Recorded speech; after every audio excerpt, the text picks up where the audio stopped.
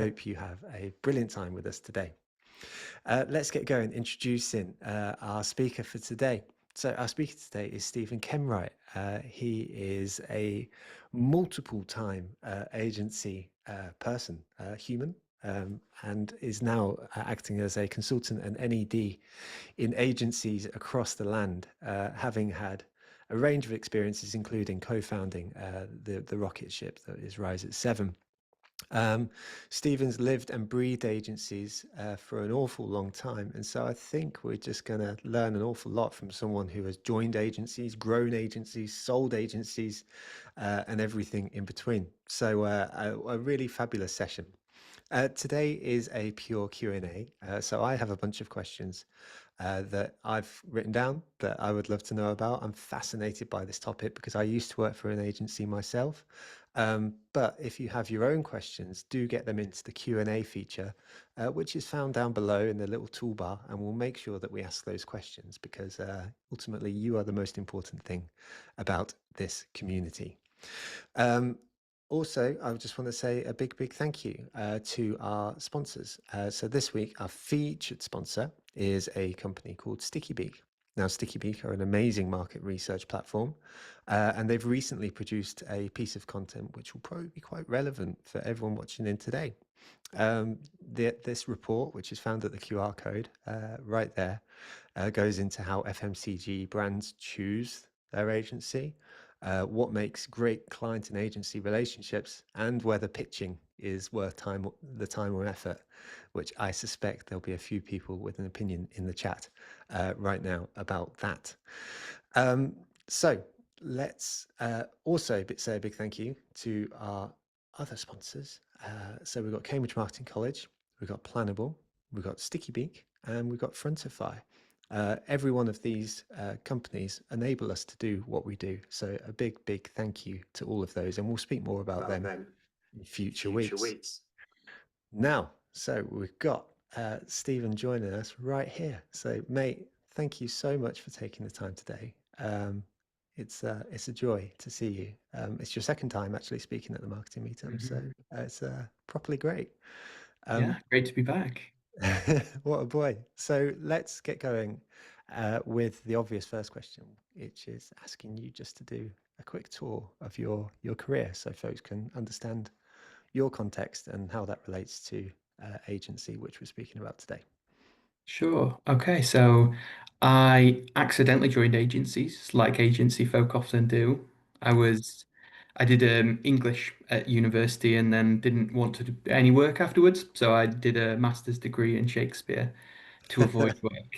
And I started, and obviously when you're an English graduate, you kind of have a couple of career options. One of them is writing, so I started doing a bit of that, and then did some freelance writing for a small ad agency or integrated agency that offered me a job when they got bought. So straight into agency land that way. And that one didn't work out. I got made redundant from my first role, which was about 10 person agency. I had at the time done quite a bit of search marketing as part of that, lots of different writing, but search was one of it. And so I joined a specialist search agency called Branded 3, which was in Leeds. And I wanted to get back to this side of the Pennines because that's where my now wife is as well. And I was like right place, right time at Branded 3. I joined there about a year before they got bought. And then as part of that succession plan, I joined the management team when I was about 23 years old and I've spent a lot more time running agencies than doing any actual work, to be honest. I don't have any particular skills anymore apart from agency. I was there for about 7 years doing a bit of everything. Strategy director was kind of my remit for most of the time, and that really meant looking after the product, looking after the people who delivered that product, but certainly looking after sales and marketing as well. Went in-house for a little while after that because we were going to have our little boy, and one of the downsides of agency, particularly pre-pandemic agency, was travel, lots of it. So I wanted to be in one place, and that didn't work out either. And that was the perfect time having, a 4 month pregnant wife and just moved house and everything to start my own business, which was Rise at Seven, which I co-founded with Carrie Rose. And we started in 2019 with two of us. I left in 2022 with 110 of us. So it was quite a rapid growth trajectory through a pandemic and everything that goes with that as well. And I exited because I had the opportunity to. Basically, it was perfect for me to be able to just spend a load of time with my little boy. I had 18 months as a stay-at-home dad. Went back to agency for a little while as well for an independent agency called Ride Shotgun, which is content production. So lots of photography, lots of CGI, videography, etc. And I did a year there, and now I'm here. I've been self-employed for a month doing stuff on agency boards and consulting, particularly around growth. Like nearly every challenge that I talk about with agencies is related to either a lack of growth or dealing with a lot of growth. You know, they're the two sort of extremes, but they're pretty much the things that kind of my career has in common, I guess. That's wild. So I feel like just as you're speaking through there, that it just immediately felt like we're speaking to the right person. So, Let's hope so. We're in here now. but thank you, mate. And what's striking actually straight away from the Q&A feature is that there's already 8 open questions from the community that has come straight in. So I just want everyone to watching in to know that I've got an eye on that, and we're absolutely going to get to those questions as the session progresses. Thank you all already for being so fantastic. Um, but you mentioned there in your answer, Stephen, the two challenges that agency will face, which is sort of not growing enough or growing too much. The question I wrote down, which is in a similar vein, is what are the big challenges that agencies are facing right now? And is this part of the model, or is this just part of the times, so to speak? I think the model makes agencies quite susceptible to some of the things that are going on. And we have a particular problem at the moment because it's not just one problem. Like when there's a recession, generally speaking, there's a recession. That's not great. It's hard. But we've got that combination of a lack of economic growth, some really chaotic policy making from many countries, in fact, but one in particular that affects everyone. And then the post-pandemic everything and AI disruption as well. So all of these things happening at once is what's causing the biggest problems. At any given time, there's always something happening to marketers, to agencies, and the model is imperfect. It's not a bad model, and I think you read a lot of stuff about the agency model is broken and dead and all that kind of thing. And that's not necessarily true because brands, the people who hire us, need expertise of some description, and this is one of the best places to get it. But there are all sorts of challenges, particularly when it comes to a business that's full of people, and that's all it's full of, right? There's not really any IP, there's not really anything that an agency makes. It's just a bunch of complex relationships Yeah. that are all being managed through a really complex time. So I think it's more to do with the time than the model at the moment, but let's see how things pan out with AI in particular. Yeah, yeah. It's one of those that I'm personally, specifically with the AI conversation, starting to struggle a little bit with the future gazing questions, because I think often the answer is nobody knows. And so the spirit of your answer there, where you're like, let's find out about the AI stuff. You know, sometimes we have to do the best that we can today because that's all we've got, and we can try and predict tomorrow and adjust for tomorrow, but it's not necessarily abundantly clear. There's so many ways I could take this next question. I'm fascinated by the model, so I think I'm going to stick on that for the moment, but I'd love to get into the positioning piece that you spoke about a minute ago as well. Mhm. So, with the model, and I'm coming to this from a layperson perspective rather than someone who's well versed in agency. So, an answer could be you're wrong. Um, but one of the inherent things about the model is that traditionally, as I understand it, you're on a bit of a merry-go-round in the sense that you have to get a new client and then you have to hire people to service that new client, and then you just have to find another client and you have to get more people to bring into an organization to be able to grow an agency. Um, is that read on the agency model correct? Because that just seems like exhausting in terms of having to be on a constant sales machine where you're just trying to find that next client. Of course, with the risk that if someone drops out, then you've got extra people, and all of a sudden, margin and profitability and that kind of thing really starts to fall down, which is a really big problem. Is that unfair for me to say? Because like as I say, I've never ran an agency from a strategic point of view, but from a layperson perspective, that seems like how it works. That is how most agencies do it. That's Yeah. definitely true. I Hmm. think it's helpful to think about the agency model as not just a single model, but a spectrum. Hmm. On one end of the spectrum, you've got a process. The agency has a process. It does the specific thing. It repeats the specific thing as often as it can, right? It's probably got some documentation that says this is how we do this thing. And the job is find lots more clients who will buy this thing from us. And then the scaling model behind that is we then need more people to deliver the thing. But that's basically it, right? That's the sort of planning approach. That's the specific thing that we sell to clients. On the other end of the spectrum is client has a problem, and who knows what we're going to do? It doesn't, it's going to be invented on the way, right? We're going to have a good conversation with the client. We know we've got some clever people. We know that they have expertise in this specific problem area, but exactly what they're going to do is going to be determined by that conversation and the quality of it. And historically, that's been a less scalable agency. It relies on you having senior people, probably people with a bunch of experience who've actually got some empathy for what a client's challenges look like and the job that they've got to do and how they've got to navigate all the politics and everything. So there's a big problem there for agencies to actually get that right. And it's also not possible for you to then scale by just hiring a bunch of graduates, training them to do the things the way we do them. So historically, that's been the less lucrative way of doing things in terms of how easy it is to scale. Hmm. Now, what is different about that is we're creating a lot of value when we are talking to a client about their problems. We're solving their specific problem, we're understanding their specific context and ingesting their specific data and determining what the value actually might be. We should be able to charge for that value. And so, actually, the reality is we could probably individually, as owners of agencies, as contributors to agencies, make more money that way, Yep. but that's not going to be 100-person agency. That's definitely not going to be 1,000-person agency. That's going to be a small group of like-minded people who are clever and have a specific interest in common.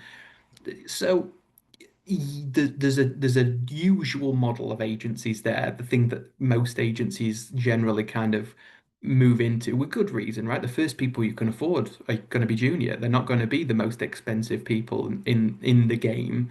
They're going to be some people who take on some of the grunt work and you teach them how to do things and they grow with the business.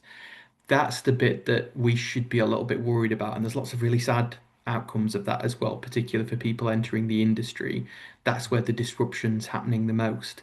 The other end of the spectrum, smart, strategic, creative people will inevitably rise above the whole AI thing because AI only gets you as far as the training models can get you, and smart people go further than training models do. Yeah, love that. Thank you, mate. Thank you for speaking through that because I think it's one of those things that um, is really, really hard. I think it's so important because I think you said something at the beginning, which is you didn't really mean to end up in agency, but you did. And I think a lot of folks sometimes when they're scaling their business, kind of accidentally end up forming an agency as well. You know, Mm. they sort of do a thing and then they realize they need more people to do it with, et cetera, et cetera. And so to give a bit of thoughtfulness to the model and how about you go about like doing those things is so, so important. So thank you for speaking through that. I found that really, really interesting and really helpful. Um, I want to pick up on the positioning point, and then there is a question which gravitated to the top of the Q&A, which I think is probably going to get to the heart of this conversation. So I'm going to ask that next. But you mentioned in your previous answers about agency is something which doesn't necessarily have IP, but it does have lots of people, and so it may have processes and a brand, but as effectively it is a bunch of people. So how do you, or how have you historically gone about choosing your positioning point when it comes to uh, building an agency? So for those watching in who are earlier in their career, by positioning point, I simply mean, you know, how are you going to be known as yourself, distinctive or differentiated from the rest of the competition? Because that bit feels really, really crucial when it comes to standing out in what feels like a really, really busy market. Definitely true. I think, you hear a lot more about the positioning word in Yeah. content, in webinars, in all sorts of different media right now than you Yeah. ever have. Yeah. And I think one thing that we do often forget in the marketing context is that's the third part after Mm. segmentation and targeting, right? So Yeah. traditionally, in a marketing context, the first part, segmentation, is we have an understanding of the market and we choose a bit that we're going to Mhm. serve. And the targeting is that choosing, the act of choosing, and we decide based on all sorts of different things whether we feel there's money in it, probably, but also whether we think we could do a good job of it. What feels like the right area of the market to be in. And then the positioning bit is really to that specific area of the market, what do we represent and what do we represent versus all of the other things that they could do. And I think the temptation is always how do we position ourselves against this competitor agency over here that we seem to run into in the hallways after every pitch. And we probably will, Yeah. but neither of us end up getting appointed. The appointment is the status quo, or it's an intern, or it's an AI model, or something else. There's all sorts of different competition that we have that's not just another agency that looks a bit like us, because most agencies look quite a lot like our agencies, generally speaking. So I think the first step is that segment, that understanding of who are we for, right? Regardless of what we want to do, I think that does come later. I think it's like, who are we trying to serve here? Which is the area of the market that we feel is underserved? It could be a sector, a vertical. That's generally not the way, though. Like, it's pretty difficult, more difficult than we like to think it is to position ourselves in a particular industry. And I'll give an example. I was in-house for a little while at an automotive dealership, and we were running a process for an agency who brought us some case studies of what they thought was automotive, right? So, feels like relevant experience. But we sold cars, and we sold anything from, Ford Focus to an Aston Martin. Mhm. And when you're buying a car, you spend 9 months on YouTube and Instagram and looking at different stuff. You maybe look around a forecourt and actually kind of peek through the windows, and you talk to people who own the car, and you see some in the car park and have a look through the window and that kind of thing. But you try it on, you get excited about it, you're enjoying the whole process. So when an agency thinks they've got automotive experience and it's go compare, Yeah. which sells car insurance, which you hate. You don't want to buy car insurance. You don't look forward to it. You don't spend more than 9 minutes doing it. You go on a website and you go, okay, that's the cheapest brand I've heard of. I'll have that one. And you begrudge paying it. It's not relevant at all. Mhm. Whereas if that agency had brought us Kath Kidson, who they're trying to drive footfall into stores, Yeah. feels like irrelevant experience, but it's not. They've got the same challenge as us. And I think that's the misalignment, the misjudgment that agencies make about what positioning is. It's not just a we want to bucket all these clients together for our ease, because the clients resist that. They don't want to be bucketed with brands that they think are not going to be the most relevant brands for them. They want to be bucketed with brands that have the same challenges that they do. So if I think about Rise at Seven, for example, we worked in fashion, beauty, but financial services, travel, etc. And what did those brands have in common? Well, Misguided and Pretty Little Thing had a lot in common with Monzo and Klarna. The client base was really similar. It was the same sort of age demographic. They used the same sort of social platforms. They had the same sort of um, economic background, and they're likely to do things and feel things in the same way, and they're going to resonate with the same cultural moment. So that makes marketing relatively straightforward, and it means that we can build our agency full of people that look like them. So when we turn up at another Boohoo brand, we're talking to Nasty Gal or whatever, we've brought a team of people who love that brand and know that brand, and the brand themselves know that we love them too. So that's the bit that I think gets a little bit lost in translation. It's not just a what do we do, but who do we do it for is the most important decision we have to make.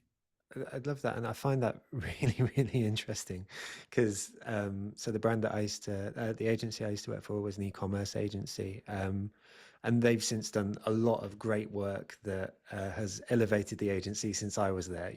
I was sort of learning the ropes at the time, and so they're in a much happier place. But I did find it at the time quite useful to know that I was specifically going after heads of e-commerce, and that was a really useful mechanism for me to know when I was going after those folks. However, for you to be orientating around the problem, then that feels so much better and has a far wider connotations in terms of both your client base, but also about how you go marketing yourself.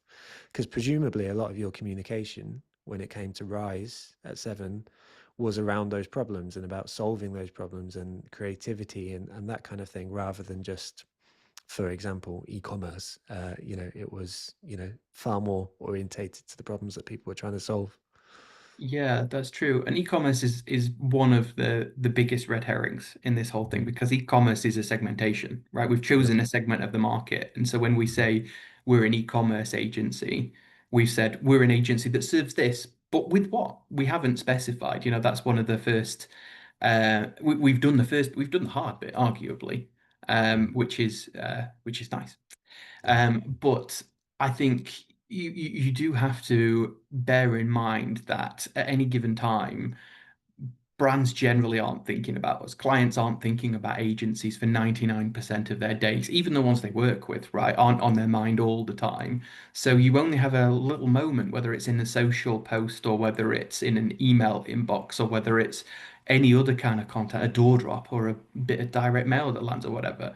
That's the only time this brand is going to think about us for the foreseeable future. So we've got to get a message across. And if it's just one of 10 messages, like it's here's our market report on the travel sector, but we also do 15 other sectors or whatever, and that brand's not a travel brand, then we just look like we don't do the thing that they need. So we put them off quite quickly. So the more focused we are on the particular problems and the more we just hammer the same messages, I suspect it can be quite annoying for some people, but the reality is that most of the time, most buyers, most brands aren't in market for us. So if we're trying to market ourselves, we have to be right place at the right time, which inevitably means we've got to be everywhere all the time, pretty much.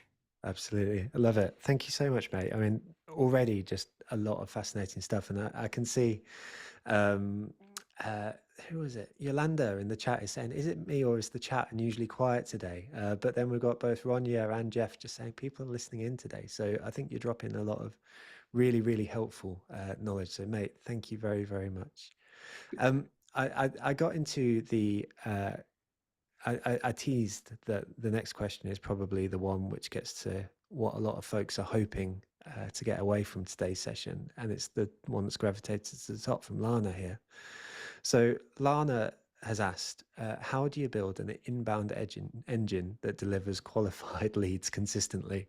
Now, I appreciate this is marketing in its totality, or certainly a big part of it. Um, but rather than asking you to speak to everyone's context, I'd love you just to know, I'd love you to share like how you start to have this conversation with the folks you're consulting with, but also with your experience at Rise. How did you really start to build that sort of leads and sales funnel from an agency perspective? Well, I would say the most of my agency career has been focused on inbound. And I've Hmm. worked at agencies that aren't focused on inbound, and a couple of those at various points, one in the middle in Edit, which is what Branded 3 merged into, was quite outbound focused. Right. And Ride Shotgun most recently was an outbound agency. And so the first thing I'd say is that's not wrong. Like Hmm. outbound is not bad, and it can be done really badly and look really bad, Yeah. but so can inbound. So it's just a little bit more intrusive when we do it badly. So I think the first thing in terms of that consulting with clients is it's a lot easier if you are doing things inbound. You are likely to get clients or prospective clients that know a little bit about you and are a little bit more open to that discussion. The reality is the only way that they're educated about us and what we do to the point that they want to call us and that we can have a conversation where they're open to that talking and that listening is through the marketing that we do, which is primarily the website. Websites for agencies are still an important thing and often neglected thing. Yeah. They're also just part of the mix, and we have to reflect the overall positioning that we have in all the other stuff that we do. Inevitably, we're going to have a few channels, and I think one of the first things is to double down on a few good ones, the ones that feel right for us. There's no right or wrong answer either, which is, I imagine, frustrating, but some agencies do some things really well and some other things really badly. my last agency was a content production agency. So naturally, we did a lot of video because we had the resources to be able to do it. It looked really polished and good. You want to practice what you preach and you want to get it out there. So it felt right for us. And some agencies don't do a lot of that. The way that my previous agencies have kind of turned into what they have done previously has been as a result of Branded 3, where I started out. And the reality is, Patrick, who was the co-founder of Branded 3, was an introverted guy, Mm, and he wrote a lot of blog posts, one a day, pretty much, and spoke on stage quite a bit. And I appreciate that feels like something an introvert doesn't necessarily do. I feel myself a lot like Patrick because I hate going up to people and introducing myself. I'm really bad at networking. Whereas if I've been on stage and I've said some things that some people find interesting, they come and find me afterwards, I find that so much easier. So that seeing someone who's running the agency, growing the agency, seeing how they do it and just basically copying that was how I started. And it really worked. And with Branded 3, because it was relatively tightly positioned, it was very much a performance marketing or digital marketing agency specialized in search, and a lot of the activity was around that as well. It worked, and so we did have an abundance of leads, probably 6 or 7 leads a week. wow. And the reality was that was a fairly normal agency in terms of what it did. So when Rise at Seven came along, and I had my co-founder Carrie, whose volume is 100 times that at all times, that is just a ridiculous number of leads that come off the back of it. So I Yeah, think the first step is just try, from point of view as a consultant, is just showing, look, this is what that looks like. Just some of the little um, opportunities to show case studies and things like LinkedIn, even. mhm, I've done a bunch of times that I've been quiet on LinkedIn, and a few times where I've just posted pretty consistently just so I can show the result of, if I post every day for a month, this is what happens, and here's what it looks like, and here's the leads. yeah, So I think it's one of those things, you've got to try it, you've got to see what happens, but you've got to commit. Inbound does not happen overnight. It's a month, 3 months, 6 months consistently. And the other really tricky thing about it is it's quite hard to outsource. It comes from the owner, founder, thought leader, the person driving the agency with their personality and their insight is ultimately the person that makes that happen. absolutely. It's so hard, and it's an interesting space as well because the game is somewhat changing as well, but hopefully in the spirit of everything that you're speaking about, really, that these social media platforms have so much influence about building brand, and the game of search is changing a bit, and so investing here. But I love your message here about investing where you're comfortable, because I think it's really, really important that, like, if I was asked to do, I don't know, a TikTok every day or an Instagram story, it's just not where I Yeah. gravitate. And so there's no freaking Same. way I'd be doing that. But like you, speaking is absolutely fine. So really, really interesting. And thank you for that answer. And at the beginning of your answer, you actually referenced Outbound. And that is the question that has now gravitated to the top here from Matt as well. So let's do the other side of it. So Matt says, what's the best way to generate new business while you're almost at capacity with client delivery? Which I'm sure, by the way, is something that a lot of folks can gravitate to, where, or understand, where they sort of do a bit of biz dev, they get busy, so they stop doing biz dev and then end up becoming quiet because they're not doing that. But Matt says, would you recommend any outreach agencies that I get contacting me daily? And I guess really the spirit of the question here is your experience in Outbound and your recommendations when approaching it. So there's an answer within that question, I think, for one thing, which is if you're really busy, an outbound agency is wasted money. And that's Yeah, not because they can't generate leads for you, because they can. It's because you get out what you put in. And it interesting. feels like an outbound agency, if you hire someone to go and do the sales thing for you, you're kind of just, that's over there and I don't need to worry about it. But the reality is they need to be fed. They need the content, the thought leadership, the ideas from you, because they can't just call someone and say, do you fancy a chat? They need to get some kind of leverage in that introduction. So they need you, right? They need to know where you're speaking or where you're going or where a client could potentially run into you at an event. So if your problem is you're too busy to do it yourself, it's probably going to be a waste of money. And Interesting. that's the tricky thing. The reality is if you are really busy, the that's a really every time is a good time to do marketing. That's a Yeah. really good time to do marketing because I think what we often forget when we are busy is to take a look at what we're doing, what we're busy with, and Mhm. whether it is the right thing to be busy with. Sometimes we're incredibly busy with a client that's wasting our time. They are spending all of our resource on something that's never going to go anywhere. Maybe we are getting paid and maybe we're not. There's all sorts of downsides to that client relationship. It doesn't make us any less busy. It's not like their time isn't being used up.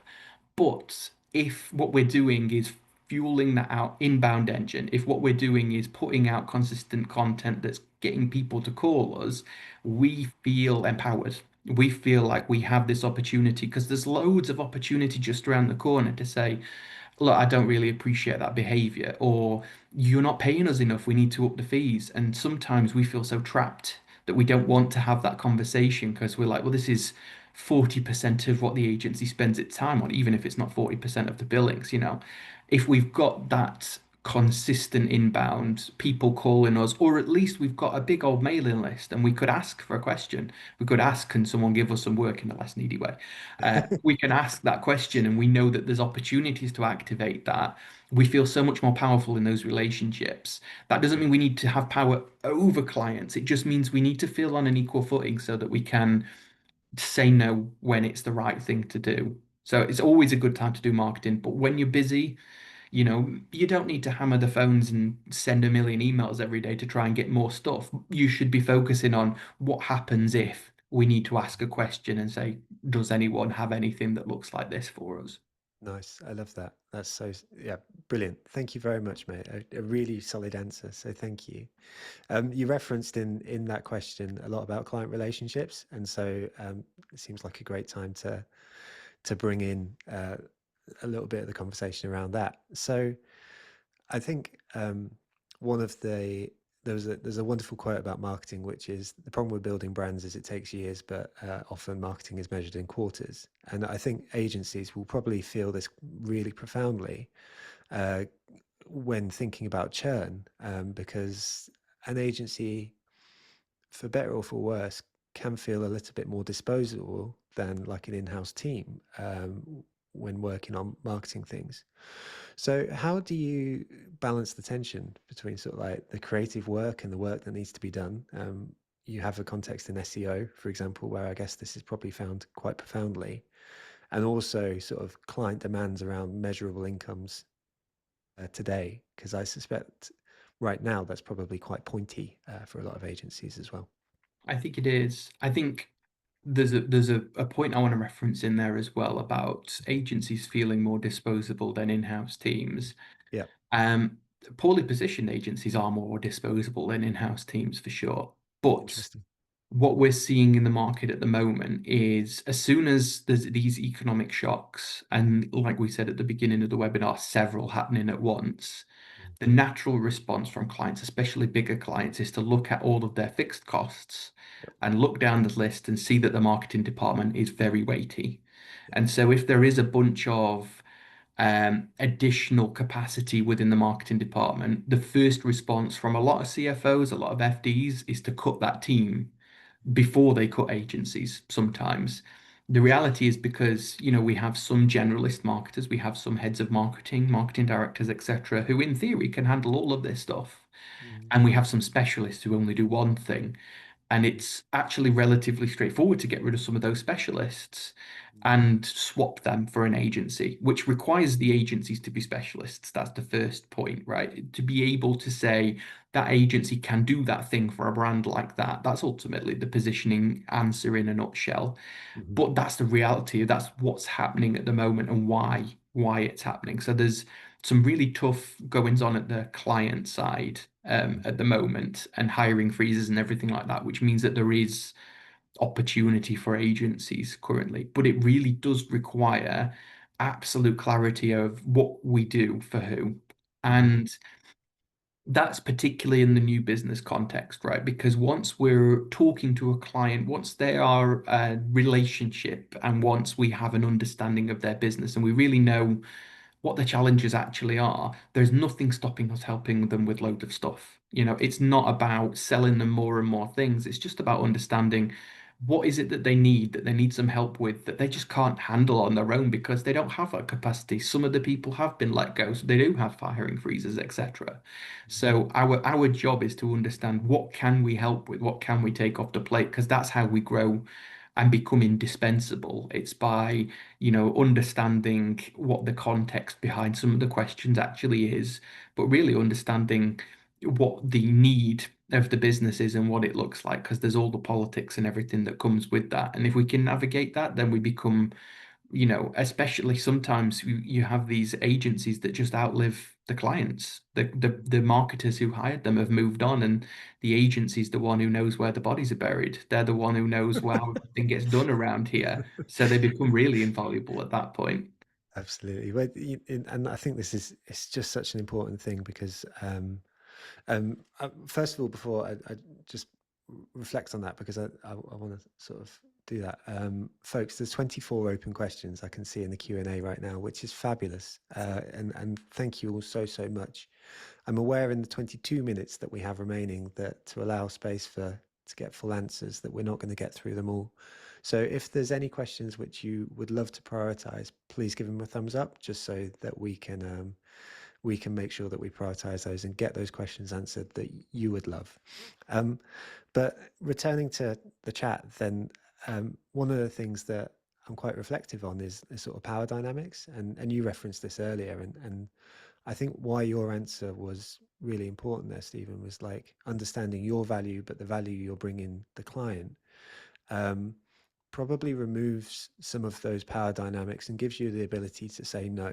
I imagine my experience in speaking to the community is if you're running a small agency, that ability to say no to someone and just start flogging yourself as an agency can be really quite profound. And so again, just sort of really nailing down into what matters feels really important. So thank you for that answer. Um, I want to pick up on one of the things that you referenced earlier about people as well, because this feels important. And there is a question which I saw gravitate to the top earlier around hiring as well. So hopefully this will cover that question as well. So how do you approach hiring, particularly in the early stages, when it comes to agency and finding the right fit? Is it your answer earlier around sort of matching it to the client need and stuff like that? Were you quite nailed in on that? But how does that look, and how do you balance that against skills and all sorts?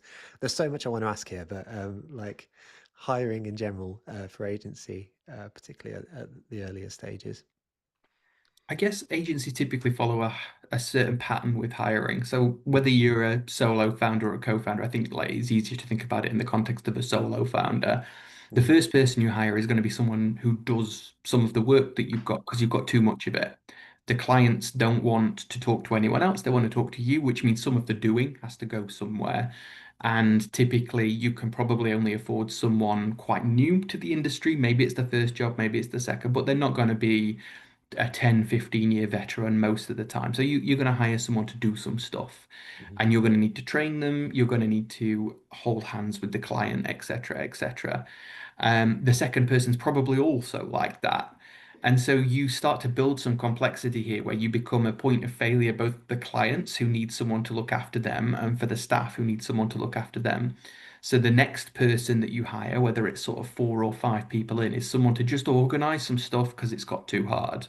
You Mm. can't understand every single bit of work that goes out of the agency at this point. There's just too much of it. So it's someone usually in charge of some kind of resource, project management, or something like that, just because you're starting to see some things get lost, falling through the cracks, etc., etc. But that's the pattern that most agencies follow because it's usually someone starting an agency starts on their own. They're good at something, they enjoy something, so they have work that looks like that. And what a lot of agency owners find somewhere around this point, maybe eight to 10 people, something like that, is They're now at the point where they need to make a decision. Do I want to do the work myself or not? Yeah. Because that's the next stage. As soon as you get to about 8 people, you no longer can line manage every single person in your agency.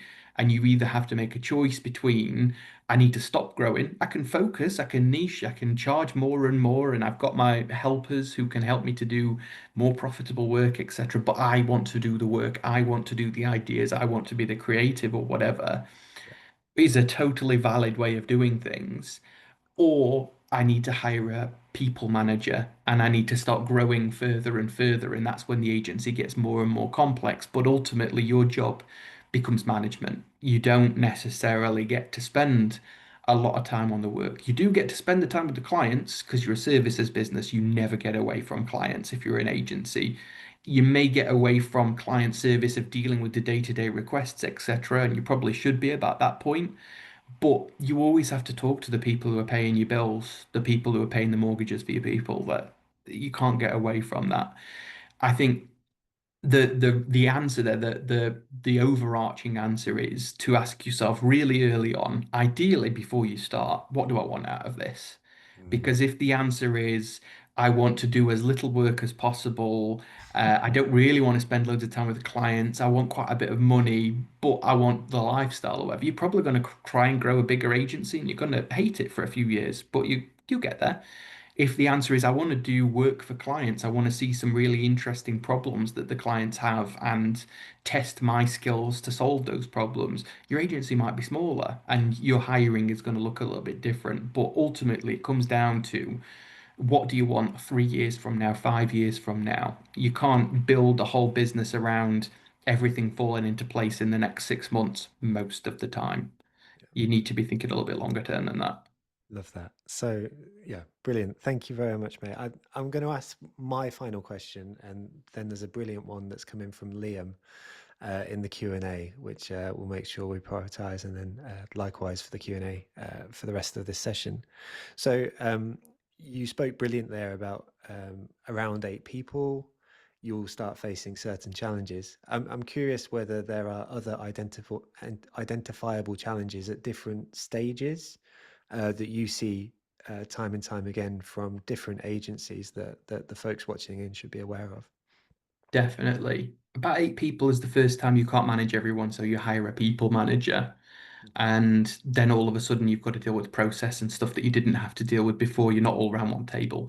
About 16, between 16 and 20 people, you now need a people manager to manage your people managers. And so you've got more complexity and more process. You've got a bunch of people that you can no longer talk to, right? You feel like you can't talk to those junior people because you're going over the heads of some other people. So you start to have to manage through managers. And that's a learning curve, but that's a real change for a lot of managers as well. The variables in this, by the way, tend to be Of about the course, number of yeah. co-founders. So if you've got 2 or 3 founders together, then you manage more people individually. So the numbers, the direct numbers are a little bit different, but that's a milestone. About 24 people is the next one, but then 50. Between 50 and 60 is the point when you don't know everyone's name anymore. And that's again a big milestone because you all of a sudden have a completely different job where you've got to get yourself really out of the day to day so that you can actually spend some time with the people who are supposed to follow you into battle. You Mhm. know, I think the world has changed a little bit from the agency founder who lives in the ivory tower and you don't know their name and you don't know anything about them. The job is get out there and get and talk to your people and make sure that they're all on the same page all the time because when it does get to be a people business this complicated, people go off on piece all the time. They go and do their own thing. And so your job is just to keep people on track, really. That's a big milestone, about 50, 60 people. And the overwhelming majority of agencies probably don't get to the next milestone, which is really like in the thousands, right? It's not like a 60-person agency and a 200-person agency is that different. It's kind of similar. Interesting. That's interesting in itself. I love that. Thank you very much. Thank you for speaking through that, Cool. and really, really helpful. Let's dive straight back into the Q&A. So Liam asks in the Q&A, you parachute into my one-person B2B branding slash website agency for 90 days. What are the first three moves you'd make to flip it into a scalable and growing agency? So he's put in brackets general priorities here. So the first things that you look for when you head into an agency. Number one is pipeline.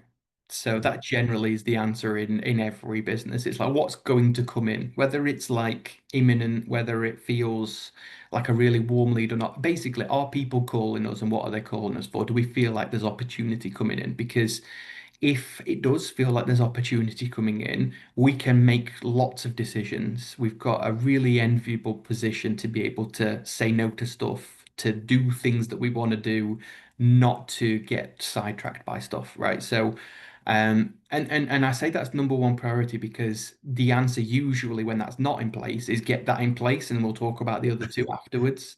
Yeah. The exception probably is just the cash position. Like, do we feel like we've got some runway here? Hmm. Because if, we've got enough cash to keep us going for a couple of weeks and then it's all going to go off a cliff, we've obviously got a different problem how we would deal with that Hmm. pipeline issue, but still it's going to come down to that.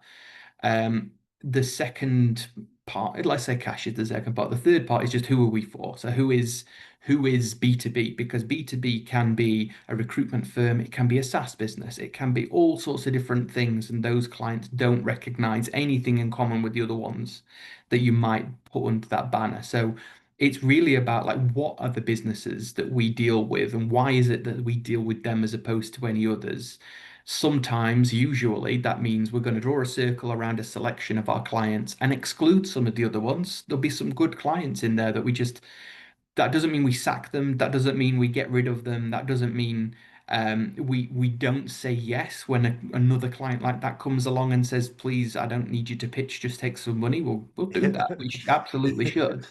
Yeah. But it does mean that we need to make some decisions about we're for this kind of business because that ultimately is what's going to feed the pipeline in the long term.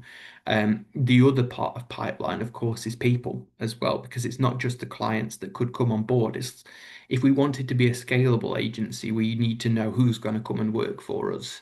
Hmm. If we are the type of business that would like to be in an office.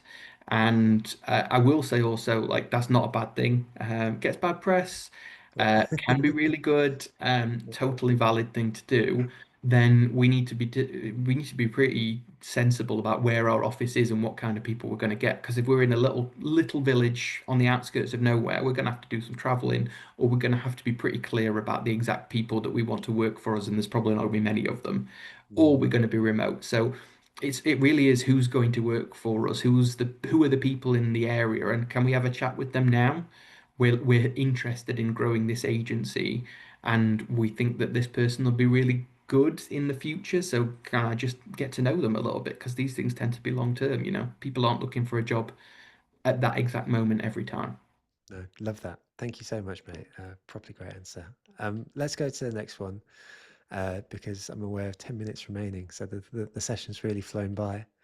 Um, and this is one about optics, really. So the anonymous attendee asks, when you start an agency just on your own, would you suggest trying to make yourself look bigger than you actually are? If you're one person, would you still refer to yourself as we? Which, you know, like is the top question. And actually, it's funny on one level, but on another, it makes so much sense. So, what's your opinion, Stephen? If you want to have people with you in the future, Hmm. we is fine. If you Okay. are working with clients and other people are involved at your end, let's say you are orchestrating a campaign and you need some other people to help you with the campaign, some design resource or whatever, as far as that client's concerned, you are we. You are multiple people and you're just a representative of them, so we is fine. I would use I only if you are in a circumstance such as myself where it's only going to be me Hmm. and I'm trading off my own name and I want to be I. For the most part, if you ever want to grow and you want to have grow in the people sense, headcount sense, I just go with we. Nice. Love that. Thank you very much. Let's take the next one from Joe Royce as we head into a bit more of a rapid fire kind of situation. So Joe asks, which agencies are doing things differently or better? Are there any models you particularly admire and think are sufficiently agile or adaptive given the current backdrop?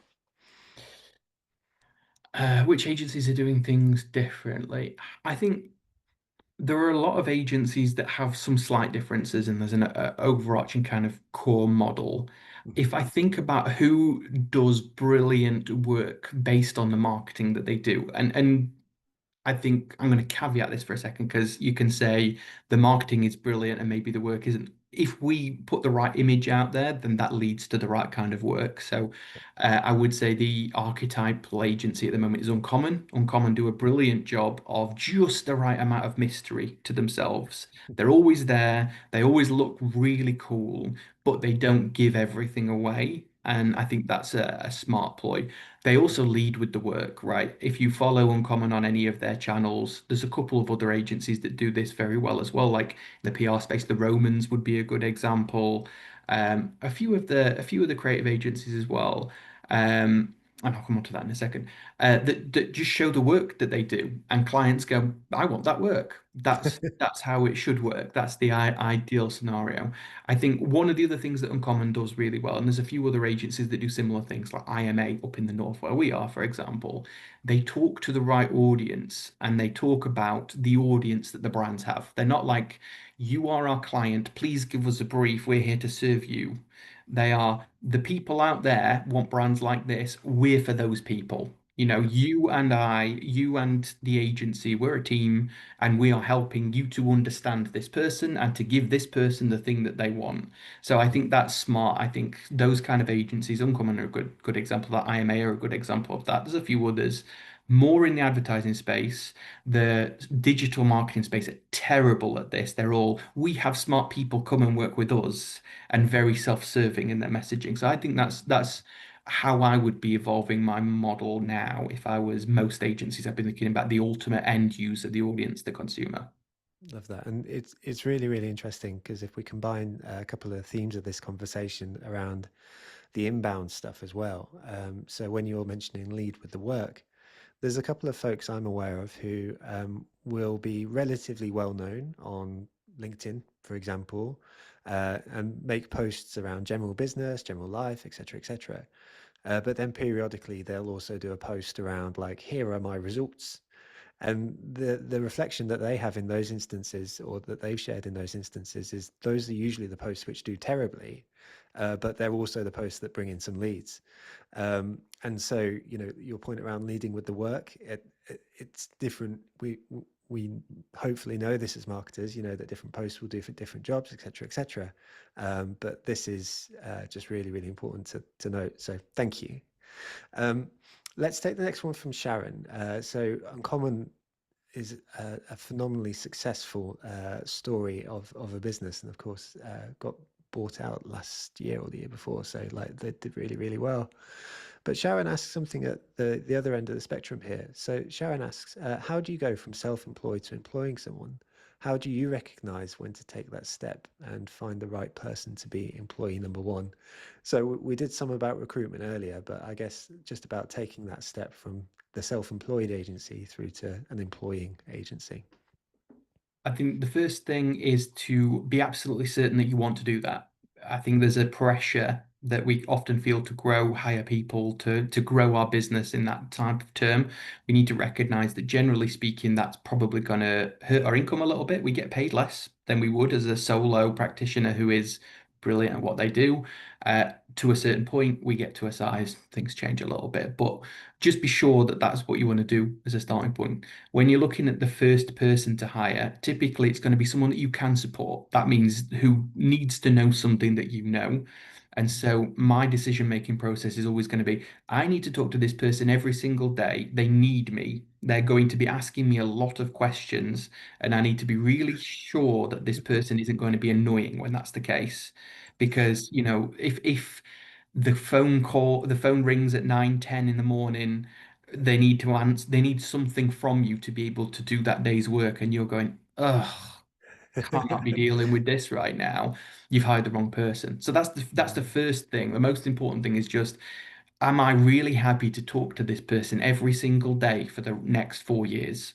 Mhm. The skill set is just a theoretical skill set at this point. Can they pick it up? But ultimately, am I happy to teach them is the big thing.